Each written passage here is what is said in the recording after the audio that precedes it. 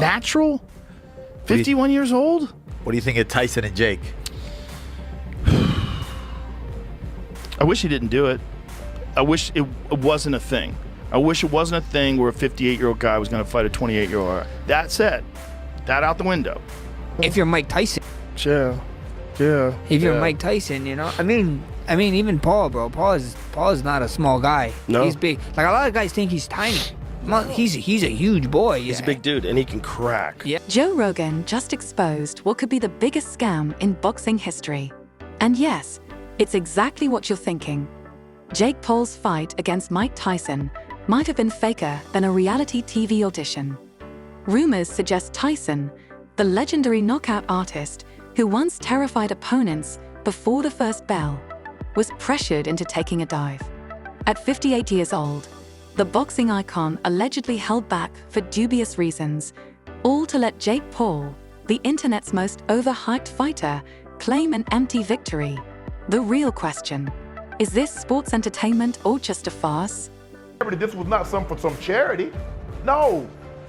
We're going to do this. And Jake Paul, they asked Jake Paul, did he take his foot off the gas? Stephen A., this is what he said. Yeah, definitely a bit. I wanted to give the fans a show, but I didn't want to hurt someone that didn't need to be hurt.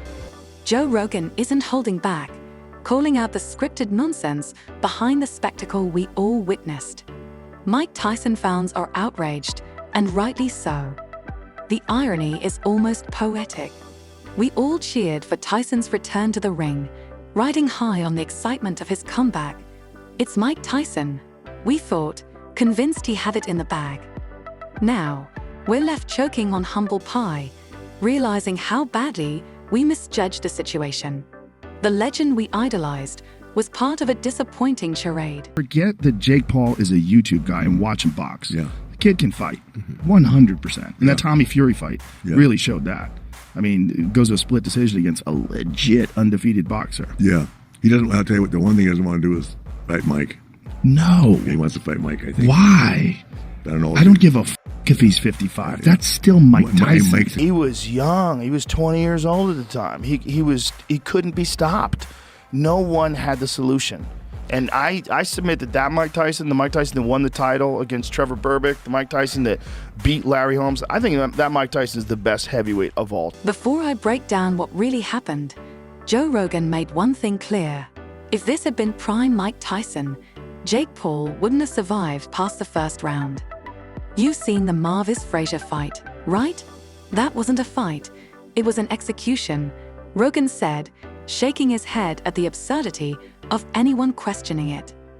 Sure, Tyson at 58 isn't the same beast he was decades ago, but Rogan still wasn't impressed by Jake's odds. Tyson's terrifying, Rogan remarked, referencing the legend's raw power and intensity. The guy's eating raw meat and sweating through interviews like he's training for the apocalypse. And Jake? Rogan joked he's probably somewhere Googling ways to gracefully back out of a fight. Even with Tyson far past his prime, Rogan compared the matchup to a lion versus a house cat. Jake might think he's a big deal, but Tyson's smashed men, plural, for fun. Good luck with that. So we had Mike Tyson in when he was 300 pounds. And he was just eating and having fun and smoking weed. He goes, I don't even work out. He goes, if I work out, it'll excite myself. It'll excite my ego. And then I don't like that person. So he just decided that he was just going to be chill Mike Tyson. And then he got this offer to fight Roy Jones Jr. Yeah. So he gets in insane shape. And the next time I see him, the second podcast we do, Mike now weighs 230. Mike Tyson, the man, the myth, the table destroyer. According to Joe Rogan, there's a dark chamber in Tyson's mind, and it's wide open. Rogan even redesigned his podcast table after hosting a 300-pound Tyson mid-snack and mid-joint, which had him rethinking his life choices. I don't work out, Tyson had said, explaining that exercise excites his ego, a version of Tyson nobody wants unleashed. Fast forward to his Roy Jones Jr. fight, and Tyson is back at 230 pounds of pure muscle. Rogan? He's suddenly considering thicker tables, just in case the beast resurfaces. Tyson, people would talk too. People there's certain people that are just crazy, man. Well, these people that think that he don't stand a chance against Jake Paul, they're like, this shouldn't even because he's too old. I was like, I think you're crazy. Well, they're definitely uninformed. Yeah. Because here's the thing: he is 57 years old. He will be 58 when they fight. He has had a long fighting career. He has been knocked out by massive men like Lennox Lewis and Evander Holyfield. You know, he's had a lot of blows. And he's also doing this very unique kind of training with electrical muscular stimulation. The fight with Roy Jones Jr. wasn't a brawl. It felt more like sparring, wrapped in nostalgia. Rogan's convinced there was a don't punch me in the head gentleman's agreement, which makes sense since Jones isn't exactly Tyson-sized. Tyson, as Rogan puts it, is a different mass entirely. A human wrecking ball with a dense, terrifying frame. But this Jake Paul fight, no head punching limits here. It's all systems go. And Tyson is reportedly breathing like he's ready to flatten someone's face again. There's not a chance in hell that Jake Paul would survive against the Mike Tyson that beat Marvis Frazier. You ever watch that fight? Yeah. That's my favorite Mike Tyson fight because that was Mike Tyson before he won the title. It was ABC. The audacity of some people to think Jake Paul could stand a chance against Mike Tyson is beyond belief. Let's break down this absurdity. Sure, Tyson is 57, nearly 58, but age doesn't mean he's out of the fight. His prime may be long gone, and he's taken punishing hits from legends like Lennox Lewis and Evander Holyfield. But that's a different league entirely. Comparing Tyson's legacy to the skill set of an internet-famous boxer like Jake Paul, it's not just unlikely, it's downright laughable. Let's get real. Speaking of Mike Tyson, these people that think that he don't stand a chance against Jake Paul, they're like, this shouldn't even because he's too old. I was like, I think you're crazy. Well, they're definitely uninformed. Let's put this in perspective. George Foreman, at 45, reclaimed the heavyweight title with a knockout so perfect it's still studied today. Even at 48, he went toe-to-toe with Shannon the Cannon Briggs, proving age doesn't erase greatness. It just adds layers to the legend. And human growth hormone and peptides. Well, that's what I'm saying. Mike Tyson, he's 57, but he got access to everything. And he's also doing this very unique kind of training with electrical muscular stimulation. That I've talked to some people that do that, and it has massive benefits of rehabilitating injuries. Back in the day, older fighters didn't have the modern biohacking tools we see now. Mike Tyson, however, has access to the full arsenal. Testosterone replacement therapy, human growth hormone, peptides, you name it, he's likely using it. This isn't your typical 57-year-olds struggling to climb stairs. Tyson is a scientifically optimized machine, determined to prove he's still got it. One of the cutting-edge tools in his training is neuromuscular electrical stimulation. This isn't some gimmick. It's a high-tech device that sends impulses through the body, forcing muscles to contract during workouts. Imagine doing squats or deadlifts while a machine jolts your muscles into overdrive.